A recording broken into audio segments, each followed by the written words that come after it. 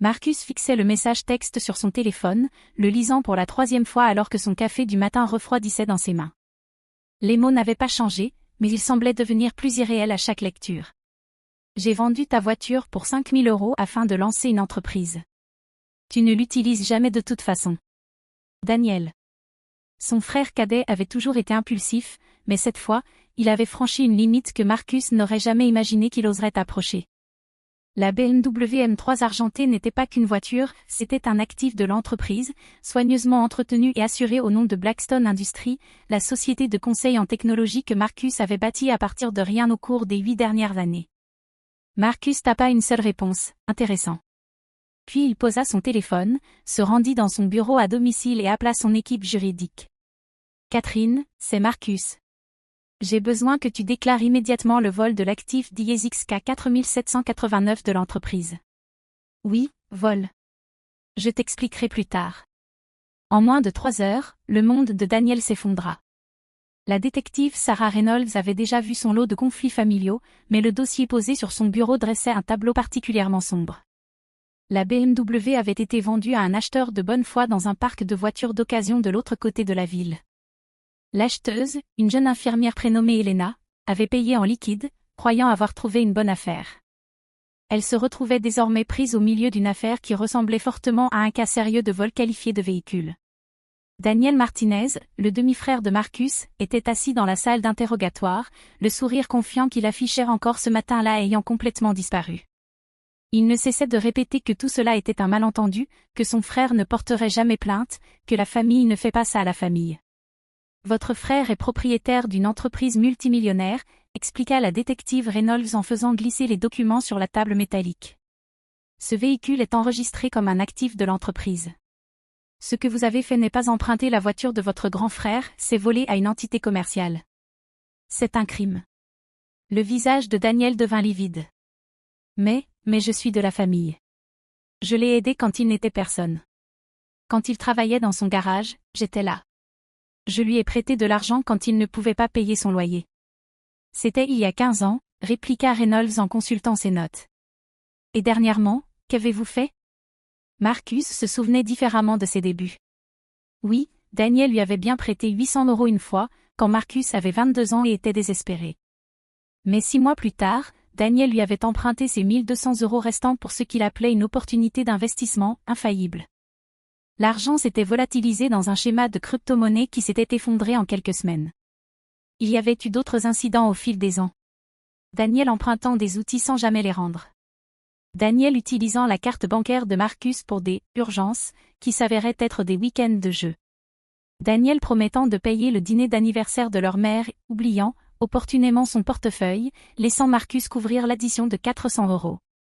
Chaque fois, Marcus avait laissé passer. La famille restait la famille, après tout. Leur mère les avait élevés à veiller l'un sur l'autre après que leur père les eut abandonnés, Daniel avait 7 ans et Marcus 12. Marcus s'était toujours senti responsable de son petit frère, trouvant toujours des excuses à son comportement. Mais cette fois-ci était différente. Cette fois-ci, Daniel n'avait pas seulement trahi son frère, il avait commis un crime contre l'entreprise de Marcus, la société qui employait 37 personnes et faisait vivre leur famille. Blackstone Industries avait été l'œuvre de sa vie. Après avoir obtenu son diplôme d'ingénieur en informatique au MIT, Marcus avait travaillé 3 ans pour des géants de la tech, économisant chaque centime et apprenant chaque aspect du secteur. Lorsqu'il s'était finalement lancé à son compte, il avait commencé modestement en conseillant des entreprises locales, en les aidant à optimiser leur infrastructure informatique. La BMW argentée avait été son premier grand achat après que l'entreprise était devenue rentable. Non pas pour le luxe ou le statut, mais comme bureau mobile. La voiture était équipée d'un hotspot, d'un dock pour ordinateur portable et de supports de présentation pour ses clients. Marcus se déplaçait chaque jour entre différents sites, travaillant souvent dans la voiture entre 2 rendez-vous. C'était autant un outil professionnel que n'importe quel ordinateur de son bureau. Daniel le savait. Daniel avait vu Marcus travailler tard le soir, garé devant les bâtiments de ses clients, passer des appels vidéo depuis le siège conducteur lorsque son bureau était en rénovation. Daniel savait que la voiture n'était pas un jouet inutilisé dans un garage, c'était une partie intégrante de la manière dont son frère faisait des affaires. Et pourtant, il l'avait vendue. L'enquête avança rapidement. Le concessionnaire d'occasion Franco-S Autosal disposait d'images de vidéosurveillance montrant Daniel arrivant avec la BMW. Les documents révélaient que Daniel avait falsifié la signature de Marcus sur le transfert de propriété. Le concessionnaire, Franco Rossi, s'était montré coopératif, il avait cru à l'histoire de Daniel qui prétendait vendre la voiture pour son frère parti à l'étranger pour affaires. Le gamin semblait nerveux, expliqua Franco à la détective Reynolds. Mais il avait les clés, il connaissait des détails sur l'historique d'entretien de la voiture. Je lui ai demandé une pièce d'identité, et il m'a montré un permis de conduire avec le même nom de famille que celui figurant sur l'immatriculation. J'ai cru que c'était vraiment une affaire de famille légitime. La piste était claire et accablante. Daniel n'avait pas seulement commis un vol, mais aussi une fraude. Il avait exploité son lien familial avec Marcus pour tromper le concessionnaire et avait falsifié des documents légaux dans le processus. Pendant ce temps, Elena Hoffman, l'infirmière qui avait acheté la voiture, était anéantie. Elle avait économisé pendant 2 ans pour s'offrir un véhicule fiable pour ses trajets jusqu'à l'hôpital. À présent, elle risquait de perdre à la fois la voiture et son argent. Je voulais juste quelque chose de sûr, confia-t-elle à Reynolds, les larmes aux yeux. Je fais des doubles services pour payer mon loyer. Je ne peux pas me permettre de perdre 5 000 €. 3 jours après l'arrestation de Daniel, Marcus reçut un appel de leur mère, Isabella. « Comment as-tu pu faire ça à ton frère » l'accusa-t-elle, la voix chargée de déception. « Il a fait une erreur, mais c'est la famille. Tu vas détruire sa vie pour une voiture ?» Marcus ferma les yeux, sentant le poids familier de la culpabilité familiale s'abattre sur ses épaules. « Maman, ce n'est pas une question de voiture. C'est une question de confiance. Une question de loi. Il a volé à mon entreprise. »« Ton entreprise » s'exclama Isabella. « Depuis quand les affaires sont-elles plus importantes que la famille ? Tu as changé, Marcus. L'argent t'a rendu froid. »« Ce n'est pas une question d'argent, » répondit Marcus, bien qu'il sût qu'elle ne comprendrait pas, Daniel a coûté 5 000 € à une femme innocente. Il a commis une fraude. Si je ne porte pas plainte, que va-t-il lui arriver ? Quel message cela enverra-t-il à mes employés sur l'intégrité ? Tes employés ne sont pas ton sang, rétorqua Isabella. Peut-être pas, dit Marcus d'une voix calme. Mais ils me font confiance. Ils dépendent de moi. Et contrairement à Daniel, ils n'ont jamais trahi cette confiance. Un long silence pesa sur la ligne. C'est ton frère, murmura Isabella. Je sais, répondit Marcus. C'est ce qui rend les choses si difficiles. Daniel fut inculpé de vol qualifié de véhicule, de fraude et de faux. Son avocat commis d'office lui expliqua qu'il risquait jusqu'à 3 ans de prison s'il était reconnu coupable de tous les chefs d'accusation. Le procureur était prêt à négocier, si Daniel pouvait rembourser intégralement Elena et verser des dommages à Blackstone Industries pour la perturbation des affaires, les charges pourraient être réduites. Mais Daniel avait déjà dépensé les 5 000 € dans l'inventaire de son « entreprise », un projet de revente d'électronique reconditionnée qui avait échoué en quelques semaines. Il n'avait aucun actif, aucun revenu stable et un dossier de crédit détruit par ses erreurs financières passées. Marcus se trouva face à une position impossible. Il pouvait retirer les accusations, mais cela laisserait Elena sans recours et exposerait potentiellement son entreprise à des problèmes de responsabilité. Ou il pouvait laisser la justice suivre son cours et voir son frère aller en prison. Il y avait une troisième option, que son avocate, Catherine Morrison, avait suggérée discrètement. Vous pourriez indemniser Elena vous-même, dit-elle lors d'une réunion privée. Lui rendre ses 5 000 €, lui laisser garder la voiture jusqu'à ce que les questions juridiques soient résolues. Puis engager des poursuites civiles contre Daniel séparément du dossier pénal. Cela récompenserait son comportement, objecta Marcus. Non, répondit Catherine. Cela protège une victime innocente. Ce que vous décidez de faire à propos de Daniel est une décision distincte. Alors que Marcus luttait avec ce dilemme, il reçut une visite inattendue. Elena Hoffman apparut à son bureau, serrant nerveusement un petit sac à main. « Je voulais vous remercier, dit-elle, le surprenant. Je sais que cette situation doit être difficile pour vous aussi. Être trahi par sa famille, ce n'est pas facile. » Marcus l'invita à s'asseoir, intrigué par sa perspective. « J'ai réfléchi à votre frère, » poursuivit Elena. « Et j'ai réalisé une chose. Ce n'est pas la première fois qu'il fait quelque chose de ce genre, n'est-ce pas ? » Marcus secoua lentement la tête. « Non, ce n'est pas la première fois. »« Alors le fait que vous portiez plainte n'est pas une question de punition, dit-elle. C'est une question de l'arrêter. Mon grand frère était comme ça, toujours à chercher les raccourcis, toujours à blesser les autres en s'attendant à ce que la famille répare ses erreurs. Ça a empiré et empiré, jusqu'à ce que quelqu'un le tienne enfin pour responsable. Qu'est-il arrivé ? Demanda Marcus. Elena sourit tristement. Il est allé en prison pendant 6 mois pour avoir émis de mauvais chèques. La meilleure chose qui lui soit jamais arrivée. Ça l'a obligé à affronter la réalité. Aujourd'hui, il possède un petit restaurant et n'a pas eu de problème depuis 5 ans. Parfois, la chose la plus aimante que l'on puisse faire est de laisser quelqu'un affronter les conséquences de ses actes. Ce soir-là, Marcus s'assit dans son bureau, contemplant la photo sur son bureau, une image de lui et Daniel lors de la remise de diplôme de ce dernier au lycée. Ils souriaient tous les deux, le bras de Marcus autour des épaules de son petit frère. Daniel avait été major de promotion cette année-là, plein de potentiel et de promesses. Où tout avait-il dérapé ? Marcus se demanda si ces sauvetages constants n'avaient pas en réalité encouragé le comportement de Daniel. Chaque fois qu'il avait tiré son frère d'affaires, ne lui avait-il pas simplement appris qu'il y aurait toujours quelqu'un pour le rattraper ? Marcus prit son téléphone et appela Catherine. « J'ai pris ma décision au sujet de Daniel, dit-il. Et je ne retire pas les accusations. Mais je veux aider Elena. Quoi qu'il faille pour qu'elle soit indemnisée, je m'en chargerai. Et je veux organiser une rencontre avec l'avocat commis d'office de Daniel.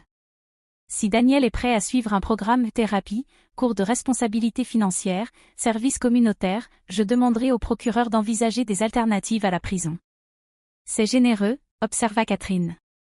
Ce n'est pas de la générosité, répondit Marcus. C'est ce dont Daniel a besoin. Pour la première fois de sa vie, il doit affronter de vraies conséquences et de vraies responsabilités. Peut-être qu'il est trop tard pour sauver notre relation, mais il n'est pas trop tard pour le sauver, lui. Les procédures judiciaires prirent 4 mois pour être résolues. Daniel plaida coupable à des charges réduites en échange d'un placement dans un programme de réhabilitation sous supervision judiciaire. Il devait passer 6 mois dans un foyer de réinsertion, suivre des séances de conseil financier et effectuer 500 heures de travail d'intérêt général. Plus important encore, il devait effectuer des paiements mensuels de restitution à la fois à Elena et à Blackstone Industries pendant 3 ans. Elena conserva la BMW dont Marcus avait discrètement arrangé le transfert légal de la carte grise à son nom une fois que Daniel aurait terminé ses paiements de restitution. Elle envoya à Marcus une carte de remerciement avec une photo d'elle en blouse, debout à côté de la voiture devant l'hôpital où elle travaillait. Daniel ne parla pas à Marcus pendant 8 mois. Lorsqu'il appela enfin, ce fut depuis son nouveau travail dans un garage de réparation automobile. « Je voulais m'excuser, » dit Daniel, sa voix différente, plus calme, plus réfléchie. « Je comprends maintenant pourquoi tu as fait ce que tu as fait. »« Tu crois ?» demanda Marcus. « Tu n'essayais pas de me blesser, » répondit Daniel. « Tu essayais de me sauver. De moi-même, surtout. J'ai suivi un accompagnement psychologique, et je commence à comprendre comment mes actions ont affecté les autres. Elena, toi, maman, tous ceux qui ont essayé de m'aider. » Marcus sentit un poids quitter sa poitrine, un poids dont il n'avait pas pleinement conscience jusque-là. « Tu me manques, » continua Daniel. « Je sais que je ne mérite pas le pardon, mais je veux que tu saches que j'essaie de devenir quelqu'un qui le mérite. » 2 ans plus tard, Marcus reçut un autre message de Daniel. Cette fois, c'était une photo d'une petite vitrine avec l'inscription « Martinez Auto Repair » peinte sur la fenêtre. J'ai ouvert mon propre commerce légitime. Aucune voiture volée impliquée. Merci de ne pas avoir abandonné quand moi je m'étais abandonné. Marcus sourit, tapa en retour, fier de toi. Je t'invite à déjeuner pour fêter ça ? La réponse arriva vite, c'est moi qui paie. Je te dois environ 15 ans de repas. Au déjeuner, ils parlèrent de tout sauf de l'incident de la voiture pendant la première heure. Daniel raconta à Marcus son entreprise, les cours de gestion financière qu'il avait suivis, et la petite amie rencontrée dans son groupe de soutien. Marcus parla de Blackstone Industries, qui comptait désormais 60 employés, et de ses fiançailles récentes avec une femme nommée Sarah que Daniel n'avait jamais rencontrée. Finalement, Daniel aborda l'éléphant dans la pièce. « J'ai besoin que tu saches une chose, » dit-il. « Ce que tu as fait, porter plainte, ça m'a sauvé la vie. J'allais droit vers un chemin qui m'aurait détruit moi et tous ceux qui m'entouraient. Tu as arrêté ça. » Marcus acquiesça. « J'ai failli ne pas le faire. » Maman était furieuse. Une partie de moi voulait tout arranger en silence et faire comme si rien ne s'était passé. « Je suis content que tu ne l'aies pas fait, » répondit Daniel. Pour la première fois de ma vie d'adulte, j'ai dû affronter les véritables conséquences de mes actes. Aucun membre de la famille pour me sortir de là, aucune excuse derrière laquelle me cacher. C'était terrifiant et nécessaire. Qu'est-ce qui a changé? Demanda Marcus. Daniel resta silencieux un instant, puis dit, j'ai compris qu'à chaque fois que quelqu'un me sauvait, cela renforçait l'idée que je n'avais pas à être responsable de ma propre vie. Qu'il y aurait toujours quelqu'un pour réparer mes erreurs. Je suis devenu un enfant qui n'a jamais grandi, toujours à chercher un coupable ou quelqu'un d'autre pour arranger mes problèmes. Il marqua une pause, puis ajouta, dans ce foyer, j'ai rencontré des gens qui avaient tout perdu parce que leur famille les avait toujours couverts. Mariage détruit, enfants qui refusaient de leur parler, carrière ruinée. J'ai vu mon avenir si je ne changeais pas. Alors qu'il se préparait à quitter le restaurant, Daniel tendit une enveloppe à Marcus. Qu'est-ce que c'est? Demanda Marcus. Le dernier paiement de restitution, répondit Daniel. Je sais qu'il me reste 3 mois sur l'ordonnance du tribunal, mais je voulais finir plus tôt. Et il y a autre chose dedans. Marcus ouvrit l'enveloppe. En plus d'un chèque au nom de Blackstone Industries, il y avait une lettre manuscrite. Marcus, je sais que je ne pourrai jamais effacer les dégâts que j'ai causés à notre relation et à ton entreprise. Mais je veux que tu saches que ta décision de me tenir responsable a été le geste le plus aimant que quelqu'un ait jamais fait pour moi. Tu as choisi la vérité plutôt que le confort, la justice plutôt que la loyauté familiale, et mon bien-être à long terme plutôt que la paix immédiate. Cela demandait un courage que je ne comprenais pas à l'époque. J'espère qu'un jour je pourrai devenir le genre de personne qui fait le bon choix difficile plutôt que le mauvais choix facile. Merci de ne pas avoir abandonné, même quand tu ne pouvais pas me sauver de moi-même. Merci de m'avoir laissé apprendre à me sauver moi-même. Ton frère, Daniel. Marcus replia soigneusement la lettre et la remit dans l'enveloppe. Merci, dit-il simplement. Alors qu'ils marchaient vers leur voiture, Daniel conduisait désormais une modeste Honda Civic achetée avec ses propres revenus. Marcus réfléchit au chemin parcouru par eux deux. Le vol de la BMW avait failli détruire leur relation, mais au final, il avait obligé les deux frères à redéfinir ce que signifiait réellement la loyauté familiale.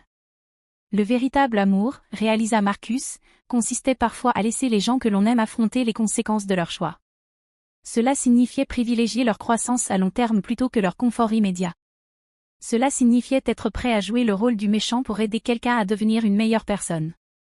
La BMW argentée avait disparu depuis longtemps, mais Marcus avait gagné quelque chose de bien plus précieux, un frère qui devenait enfin un homme digne de respect et de confiance. Et Daniel avait gagné quelque chose qu'il n'avait jamais eu auparavant, la certitude qu'il pouvait surmonter ses erreurs et construire quelque chose de significatif de ses propres mains. Parfois, les cadeaux les plus profonds arrivent sous les formes les plus douloureuses. Parfois, l'amour ressemble à une trahison, et le salut à une condamnation. Parfois, le chemin vers la rédemption commence par des menottes et s'achève par une poignée de main entre deux personnes qui comprennent enfin ce que signifie être une famille. L'entreprise que Marcus avait bâtie survécut et prospéra. La confiance qu'il avait investie dans ses employés fut récompensée par leur loyauté et leur dévouement. Et le choix difficile qu'il avait fait au sujet de son frère prouva que l'intégrité n'est pas seulement respecter des règles, c'est créer un monde où la justice et la miséricorde peuvent coexister, où responsabilité et amour peuvent agir ensemble pour transformer des vies. Au final, Marcus apprit que protéger son entreprise signifiait protéger tous ceux qui en dépendaient, y compris les membres de sa famille qui devaient apprendre que les actes ont des conséquences. Et Daniel apprit que la véritable liberté ne vient pas de l'évitement des responsabilités, mais de leur pleine acceptation. L'histoire d'une voiture volée était devenue l'histoire de deux frères qui s'étaient retrouvés en retrouvant d'abord le chemin de la vérité.